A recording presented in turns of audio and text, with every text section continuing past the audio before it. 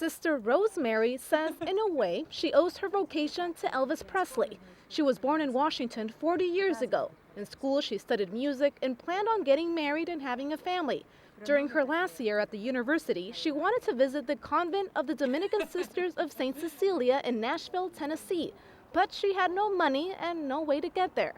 But it just so happened that a friend of hers was planning on visiting Graceland, where Elvis Presley, the king of rock and roll, is buried. She offered to take Mary to the convent because it was along the way. After her visit, she decided to join the community of 270 sisters. The religious life, a vocation to the religious life is a mystery, really, because it requires a sacrifice of something very natural and very good, which is the married life and a family.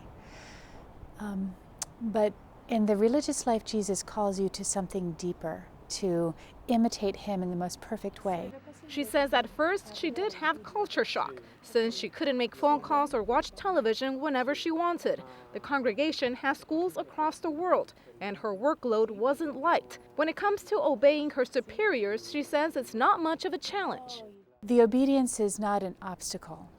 It's not a burden. It's actually a freedom, because you let go of all of the things that prevent you from doing exactly what God wants you to do in this present moment. Mario Ortega was born in Spain. He's been a priest for 15 years. He studies communication in Rome, and he says he owes his vocation to John Paul II in a life-changing event at his university. My decision coincided with a beautiful event in Spain that was the World Youth Day in 1989 and Santiago de Compostela.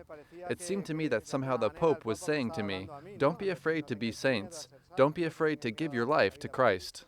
His family was surprised, but when they saw he was happy, they felt proud. He has already worked in 2 dioceses and different parishes in addition to his military service. He has also worked as a professor of religion and journalism. For 22 years, he's been a religious for Servi Trinitatis, a secular institute created 30 years ago. Its members are consecrated men and women, priests and lay people who help others in their vocation, assist in parishes, and serve as missionaries. There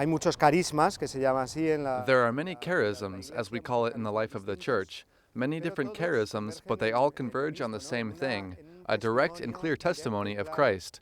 Because the consecrated life means to get to the bottom of the specific requirements of baptism by a new consecration. In the most unexpected way, Sister Rosemary and Father Mario found their calling, proving once again that one never really knows what they will find at the end of the road.